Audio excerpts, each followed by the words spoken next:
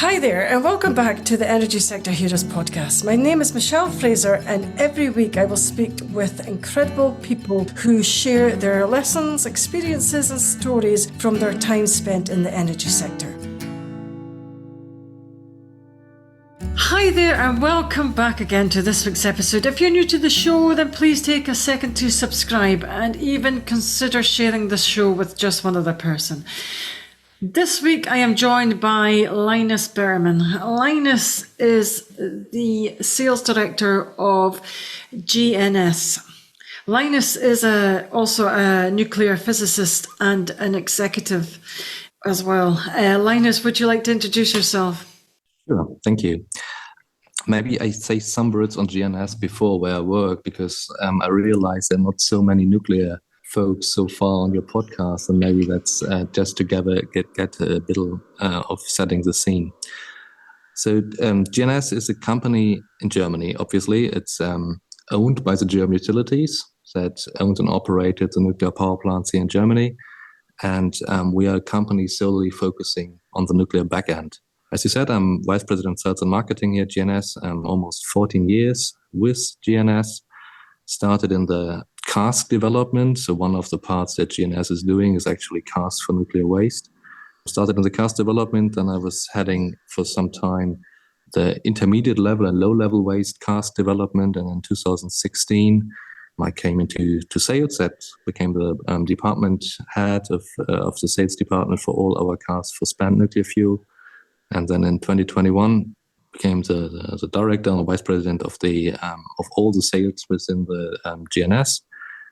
Had some side works then as well. I was the CEO of GNS Japan from 2021 until mid of 2024, and then since 2023,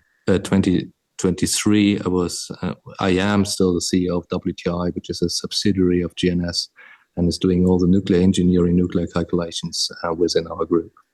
So that sounds amazing. So for all our younger audience, what does it mean to work in the nuclear industry?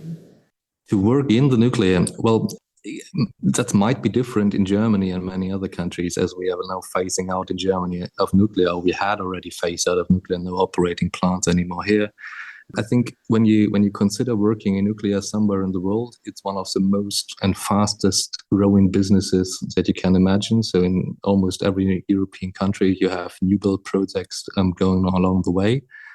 In Germany, we are also having a very prosperous and growing industry, but unfortunately on the other side, because we are tearing down the nuclear power plants. So in all parts of the world, I think it's a growing industry, even here in Germany. Therefore, it's a very prosperous and very exciting field to be in. I think so too. I mean, I had a young lady on a podcast, I think it was just last week, and we were talking about net zero. And she mentioned that she thought that nuclear was going to be maybe one of the way forwards to achieve net zero. Do you think that? Yes, that actually I would 100% subscribe to that. I mean, having nuclear as a baseload technology in the game is certainly one of the important parts. Well, unfortunately, we in Germany are not using it anymore. But as I said, in most European countries, we have new build programs on the way, and if you think of Poland, Czech Republic, France, Netherlands. We have LTO, long-term operation programs. That means that nuclear power plants are operating longer than they have been originally foreseen, and we are seeing that in countries like Switzerland, Belgium. So it's a very dynamic field, and it will certainly be part of the net zero achievements that we are going to make in the future. That's for sure. Do you think that how do you propose to get the nuclear industry down to net zero, or do you think it's part of the plan to? In a worldwide scale, it's definitely part of the plan to have nuclear in the net zero in the net zero pathway. I mean, if you just look for the recent one was COP29, but the last one, COP28, there were so many countries that did the pledge to triple nuclear power plant, the nuclear power energy generation in the next decades to come. So they have the same ambitions that you see worldwide with renewables. So it's going hand by hand, and the big advantage of nuclear compared to many other energy sources is that baseload, right? It's there if the sun is shining or not shining. It's there if the wind is blowing or not blowing. And that is just a huge difference if you're talking to many renewable energies, and still it's net zero. It's still there's no CO2 emission, and there's a reason why countries like France have such a good CO2 footprint, and other countries don't have that. Okay, so the nuclear industry is going to be quite an exciting space for many graduates going forward for years to come. Then, so say that again. Sorry. It says the nuclear industry is going to be quite buoyant for jobs for the young graduates for years to come. Then, yes, definitely. I mean, if you look into the big companies that work in international fields, they all have large programs to get graduates in. We had that actually 15 years ago. It was the same situation just prior to Fukushima when I joined the industry. We had pretty much the same. So we had plans of many of those companies to get thousands of people on board, and that is exactly what we are seeing right now as well. So because if you just look how many power plants shall be brought to the grid in the next 2-3 decades in Europe, you need a huge workforce to engineer, to actually set it up, but also to operate and maintain those plants later on. And with the aging workforce that we currently have, that will be difficult. So therefore, if you're a graduate right now, or if you're just thinking of which field you would like to study, nuclear is certainly one of the fields you should consider. So, what kind of skills would a young student require to have to obtain a job in the nuclear? Well, if you're a graduate already, so if you're from engineering field, best case, of course, if you're from a nuclear field, I think the doors are everywhere wide open. But it's always good. So, and I would say that is what made for me a perfect hire. If you have a graduate, that's somebody who really wants to do stuff, and not only is there and says, well, please tell me what to do, but who is really going out and would like to achieve something, and this is both true for the environment we are in currently in Germany for decommissioning and waste management, but also true for environments where you just want to do new builds. It's good when you have a good mathematics background, of course, but you usually have that if you're in an engineering field. It's good when you have a basic idea of physics. Well, if you're studying nuclear, you will have that you just have a basic idea on how stuff works, and then doors will be everywhere wide open. Okay, but do you really need to have a nuclear degree?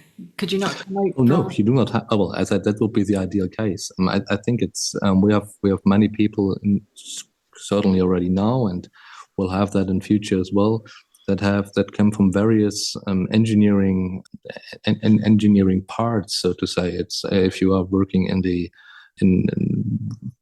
just classical mechanical engineering, or if you're working in classical electric engineering, or all these fields have their parts in the nuclear landscape, and in all those parts you will certainly have jobs and fields where you could start in.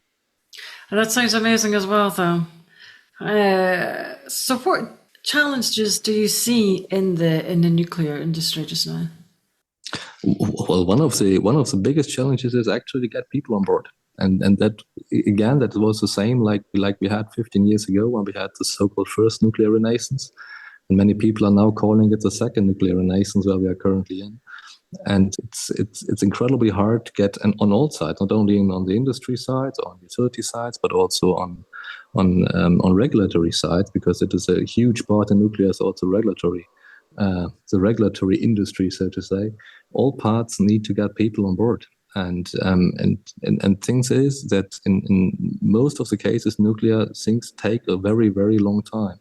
So when you start a project, for example, if you just look into the nuclear power plants that are currently built in Eastern Europe, it will take another 6, 7, 8 years until they come to the grid.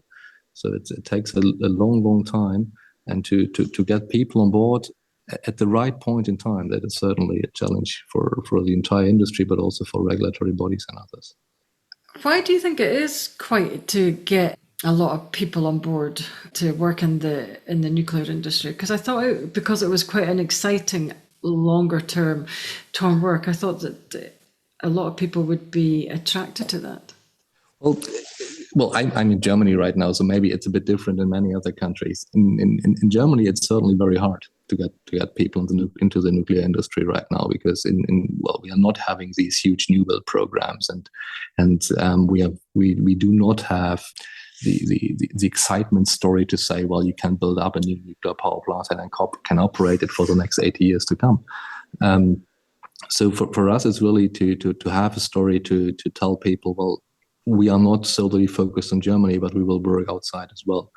And that is for us certainly a challenge, to bring that story that nuclear will not end just because we are shutting down our plants, but we are part of the European and worldwide supply chain, actually. Why is it hard in many other countries? Because you're competing with so many other industries. You're competing with the oil and gas, you're competing with renewables, and there is certainly a lack of good engineers in the many fields. So it's not only that nuclear is struggling to get people on board, but I think it's overall these fields you will have. It's difficult to attract the people. Okay. So you work in sales, which is it's a very hard job, actually. I think it's probably one of the hardest jobs that you can do. What is the challenges that you see? So sales as a nuclear, as a vendor of nuclear components and other and in our case casks for spent nuclear fuel and intermediate and low level waste, is certainly a bit different than to be in the sales of a commodity or something like that, because it's not that we have off-the-shelf products that we're just selling around, but most of the products we have are somehow customized to the real issue and problem our customers have, and it's more like to first understand the demand that is really there, what problem needs to be solved. So you have to understand your own product, but you also have to understand a very good understanding of the way how your customer operates and what really the issue is that needs to be solved. Because it's not always so obvious what really needs to be solved, but you have to, from time to time, you have to dig a bit deeper into and really understand what people are working for, what drives them, and also what would make it different and what will be your unique selling point compared to your competitors. Because I mean, as everywhere, you're not solely alone on the field, and but vendors for components, or in our case casks, and facilities and services that we're also doing are also out there and try to sell their stuff themselves. Okay, so how do you go about standing out from all your other competitors? Well, there is not an easy answer to just say, well, this is the one point. But certainly it is the case that you have to look into the different products. And when you, for example, look in our casks, our spent fuel casks, I think we provide the best value for money. It's very easy for that. Yeah. So it's not that we are technically way more sophisticated than others, but it's just that we can provide best value for money. That is what differentiates us from other competitors from time to time. So that's a rather easy thing.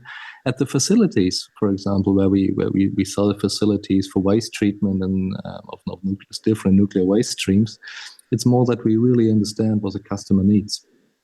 That we have a solution for the problem, rather than just have something which is just off the shelf. So that is it's different from from product to product, and in one part or in the different product we have, we take ourselves differently, of course, from other vendors and our competitors. Okay. So, is it quite hard to stand out from your competitors then? Well, I mean, I think we are doing very, very well over the last decades. And so we have a big customer base, not only in Germany, but for example, also in the UK. I mean, we have sold more than 700 of our intermediate level waste cars to the UK nuclear industry, and to the decommission, to the Magnux fleet that need to be decommissioned, but also to operating plants. And therefore, is it very, very hard? We are doing well. It's fair and fine, and competition is without competition, I think that wouldn't be as much fun as it currently is. I think it is. I think a bit of healthy competition would be exciting, actually. So you were mentioned before that it takes a long time to complete a nuclear project, over maybe several years, maybe 10 years at the most, maybe longer. Why is that? If you can explain it for our younger audience. Well, I was referring before to new build of a nuclear power plant, but you can even see that for smaller projects, setting up a facility, setting up a storage facility, for example, or setting up, bringing new casks, for example, in to handle waste. One of the things is, and that is also a good strength that we have. We are admiring the safety very, very high. So safety is really the number one priority in all the projects that we have, and I think the entire nuclear industry has an incredible record in both operating but also in the decommissioning. That there is almost nothing that really fails. So and with this safety, of course, there's a huge quality part. There's also a huge regulatory part, and all these steps take time. And just to pour the concrete, or just to forge a component and install it and bring it in, of course it can be do much quicker. But to have this level of safety that we have in the entire industry, and that level of quality that we have in the entire industry, and also that level of regulations that we have in the entire industry, that requires time, and that takes time, and from time to time it takes longer than we would like to have it, for sure. But in the end, that is the way how we achieve the level of safety we all need within our industry. Okay, I was going to ask you. You said you said many interesting things actually, but you said that nothing really fails. What do you mean by that? There are, if you look into the operating history in Europe. I mean, is there any in the last, I would say, 4 decades? Do we see any major incident that we had in the nuclear fleet? You are shaking the head. The audience cannot see that, but you're shaking your head. Yeah, no, there wasn't. Of course, there were some major incidents in like Fukushima that everybody is well aware of. But even there. That is always something I ask people when I have a discussion about nuclear industry. How many people really died in the Fukushima nuclear accident? Do you have an idea? Do you know the number? No. The number is 0. The number is 0. So thousands, tens of thousands of people died because of the tsunami right after. But the amount of people that died just because of the nuclear incident was 0. So even though many things didn't work out right in the aftermath of the accident, and also prior to the accident, I mean, these diesel generators were not where they should have been. The wall of the tsunami wasn't as high as it should have been. But in the end, many steps prevented this disaster, and it was a disaster, this disaster to be even worse. and that is something. Even smaller things that are going that went wrong, and Fukushima went terribly wrong. I mean, no doubt about that. But even smaller things that went wrong, there are so many levels, defense and depth, so to say, so many levels to take care. Even if something is going wrong, it will not end up in a total disaster, and that is part of the safety culture that we have.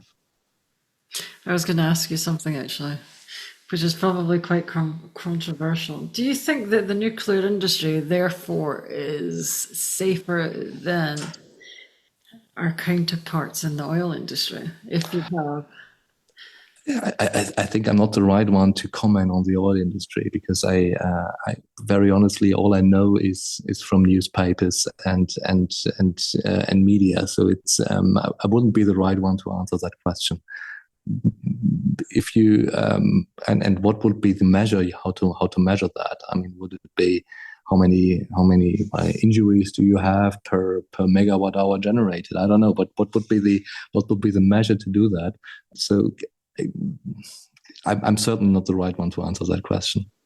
but then you don't really hear about much disasters in the nuclear industry, though. No, there aren't. That is the thing. There aren't. I mean, there have been a couple of tremendous disasters. Fukushima was one. 3 Mile Island in the US was another. Chernobyl certainly was one. And if something happens, it's certainly has a very huge impact. But if you just see how many nuclear power plants are operating very, very safely around the world, not so bad record, I would say. I would think so as well, because I've not really heard of many major disasters in the nuclear industry. You have been very, very successful to date. Have you had any career disasters? I wouldn't say that I have any career disasters. I had certainly big challenges within my career, and certainly big challenges that we had to solve. But I wouldn't say that there was any real disaster. And there were big challenges that we had, and most of them we solved positively in the end. That's for sure. So I mean, we had if you think of big tenders that we had to win, I mean, those were certainly big challenges. But there wasn't. I mean, lucky enough, and I would have to knock on wood if I had some here.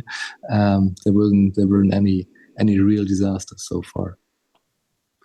That's amazing, though. So, do you have any advice to any new graduates wanting to work in the nuclear energy sector?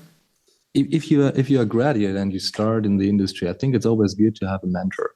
That is something I had pretty much throughout my career. So I was always lucky enough to find somebody who explained me something that wasn't too obvious. And I think that you should start with that very early in your career. And it hasn't to be always the same one throughout the career.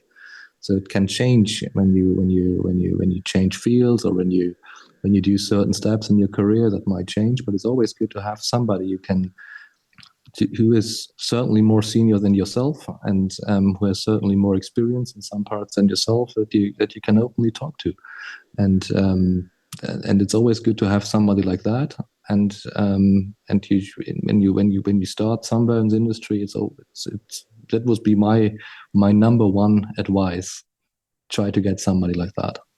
So, do you think it is really important to have a mentor throughout your career? Well, it hasn't to be always the same mentor, as I said. It can change, but it's good that you have at certain points in your career that you have somebody who you trust, and who puts trust in you, and where you can discuss certain things openly, and making not only decisions for your daily business, but also for career decisions, so to say, where you have the feeling that there is somebody who has more experience already than yourself, and might have a view that you do not have yet, and that is. I think that is always good, and it's always the other way around. Yeah, so it's also the other way around. So it's also good when you have somebody of the younger generation, so to say, that where you can give advice to at certain points in time. So what was the most important tip that your mentor has ever given you?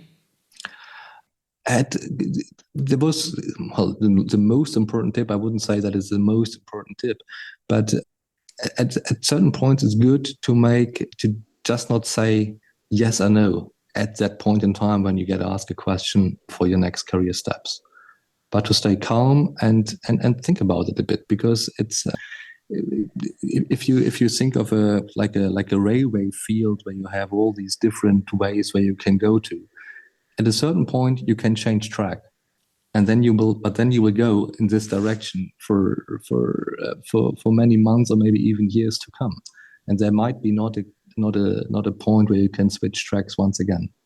So when you are at those points where you can go left or right, take a moment before you make the decision, because it might influence for a long pathway where you would like to go.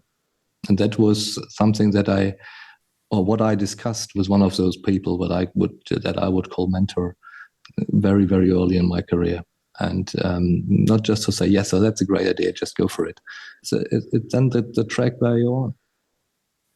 I think so too. I do think so too.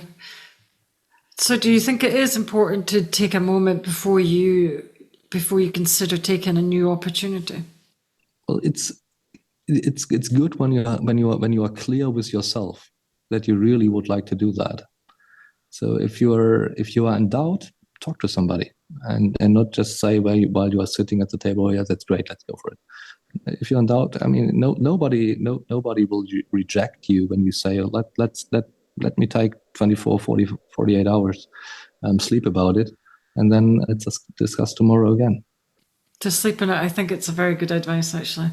So I was going to ask you maybe one final question. If you could turn back time, what would be the one piece of advice you would give to your younger self? It's actually just like that I just said. Stay calm. Do not... there are many situations or heated situations and things will just settle. Don't stay awake overnight because something is really going wrong. Things will settle and just stay calm. Thanks, Linus. That advice was amazing. So that's all the questions I have today. I would like to thank Linus for your time. That brings us to the end of another episode. Thanks for listening and see you next week.